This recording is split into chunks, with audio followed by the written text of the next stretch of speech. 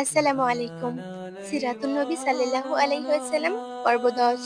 আজকের শিরোনাম মদিনায় ইসলামের সম্প্রসারণ ও বদর যুদ্ধের প্রেক্ষাপট। চলুন দেখে আসি ইসলামের অগ্রগতি।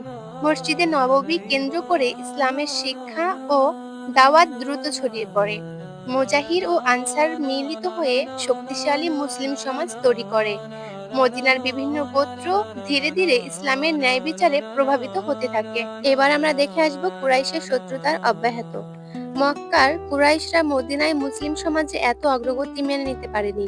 তারা বাণিজ্যিক পথ মুসলিমদেরকে আটকে দেওয়ার চেষ্টা করছিল। মুসলিমদের মক্কা ফেলে আসা সম্পদ সব লুটে নিচ্ছিল। মুসলিমরা এসব অত্যাচারের জবাব দিতে আত্মরক্ষামূলক প্রস্তুতি নেয়। এবার আমরা দেখব বদর যুদ্ধের প্রাথমিক প্রেক্ষাপট।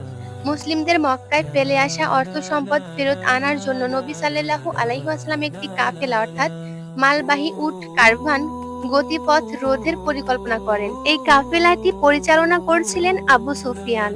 বিষয়টি জানতে পেরে কুরাইশ দ্রুত একটি শক্তিশালী সেনাবাহিনী মদিনার দিকে পাঠায়। মুসলিমদের সাথে সরাসরি যুদ্ধ অনিবার্য হয়ে যায়। এবার দেখে আসব মুসলিম বাহিনী। মুসলিমদের সংখ্যা প্রায় ৩১০ জন। মাত্র ২টা ঘোড়া, ৭০টি উট। অস্ত্র ও সাজ সরঞ্জাম ছিল ঘাটতি, কিন্তু ইমানের শক্তিতে ভরপুর ছিলেন। এবার এক নজরে দেখব কুরাইশ বাহিনী। প্রায় ১,০০০ সৈন্য সম্পূর্ণ প্রস্তুত হয়ে বহু ঘোড়া, উট, অস্ত্র এবং যুদ্ধ সরঞ্জাম নিয়ে আত্মবিশ্বাসী এবং দম্ভে ভরা একটি দল। মদিনায় ইসলামের সম্প্রসারণের পর কুরাইশরা মুসলিমদের সম্পূর্ণভাবে ধ্বংস করার চেষ্টা করছিল।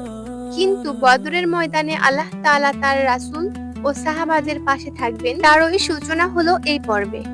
পরবর্তী পর্বে আসছে বদর যুদ্ধের বিশদ বিবরণ, যুদ্ধের ফলাফল ও ইসলামের বিজয়।